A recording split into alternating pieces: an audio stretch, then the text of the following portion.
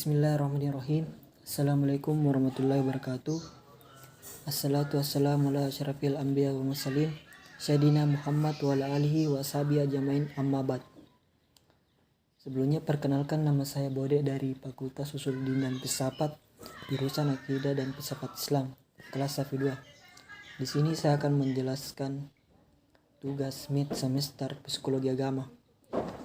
Soal yang pertama adalah pengertian psikologi agama.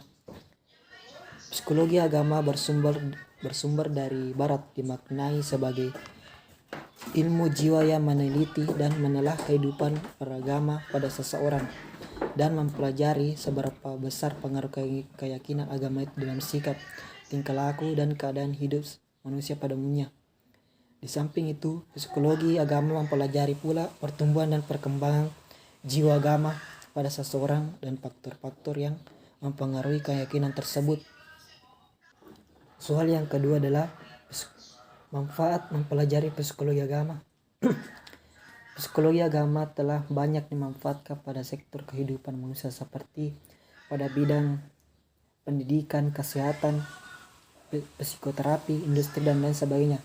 Seperti misalnya adanya ceramah agama pada perusahaan guna mengingatkan para buruh agar tidak melakukan perbuatan yang tidak baik. Psikologi agama juga bermanfaat sebagai pembangkit perasaan dan kesadaran beragama serta pembinaan moral dan mental keagamaan manusia. Soal yang ketiga adalah faktor yang menyebabkan membutuhkan agama. Manusia membutuhkan agama di dalam kehidupan, yaitu sebagai pegangan hidup, baik untuk kehidupan di dunia maupun di akhirat kelak. Keyakinan beragama mempunyai peranan penting dalam membina moral karena nilai-nilai moral yang datang dari agama tetap dan bersifat universal sebagai dihadapkan pada suatu dilema. Manusia memiliki fitrah keagamaan yang ada dalam diri manusia. Inilah yang melatar belakangi perlunya manusia pada agama. Manusia memiliki berbagai kesempurnaan, juga memiliki kekurangan.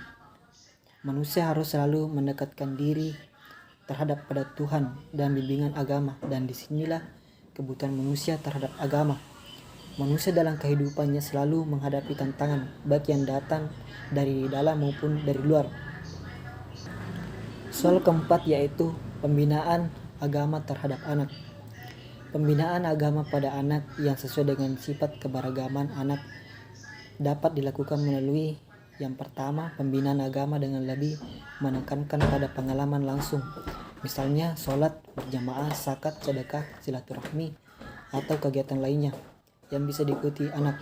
Kegiatan semacam ini dengan ditambahkan penjelasan sederhana atau dengan cerita-cerita yang tidak membenani pikiran anak akan efektif dalam mengembangkan jiwa keagamaan mereka.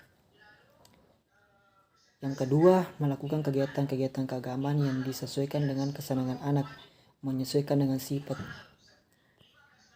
keagamaan yang masih egosentris. Model pembinaan keagamaan tidak mengikuti kemauan orang tua atau guru, namun harus dengan menyesuaikan dengan kondisi psikologis anak. Soal yang kelima adalah pembinaan terhadap remaja. Pembinaan agama pada remaja. Semua perubahan fisik yang begitu cepat pada masa remaja akan menimbulkan kecemasan pada diri mereka, sehingga menyebabkan terjadinya kegoncangan emosi, kecemasan, dan kekhawatiran. Bahkan keyakinan terhadap agama yang sudah dipupuk dari kecil juga dimungkinkan akan mengalami perubahan, karena mereka kecewa terhadap diri mereka sendiri dan lingkungan sekitarnya yang sering melanggar norma-norma agama. Kepercayaan remaja terhadap Tuhan kadang menguat dan kadang menjadi ragu dan berkurang. Hal ini bisa dilihat dalam aktivitas ibadah mereka yang terkadang sangat rajin dan terkadang bermalas-malasan. Soal yang keenam adalah aliran psikologi Before dan Gestalt, dan sebutkan tokoh dan jelaskan teorinya. Behaviorisme didirikan oleh John Watson pada tahun 1913, namun baru dipopulerkan oleh Ivan Petrovich, dilatih terus-menerus sehingga menimbulkan maladaptive behavior atau perilaku menyimpang. Di depan anjing eksperimennya yang lapar, Pavlov menyalakan lampu. Anjing tersebut mengeluarkan air liurnya. Kemudian sepotong daging ditaruh di hadapannya dan anjing tersebut terbit air liurnya.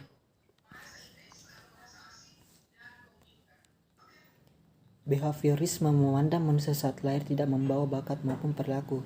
Teori ini sering dikenal dengan teori apapun tabula rasa.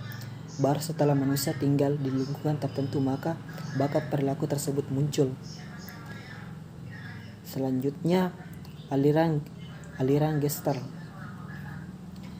Teori belajar menurut psikologi Gestalt ini sering pula disebut plan atau instinctful learning, melihat kepada nama teori ini dan aliran teori kepada psikologi. Mendasarinya yakni psikologi Gestalt. Jelaslah kiranya bahwa mendapat teori ini berbeda dengan pendapat teori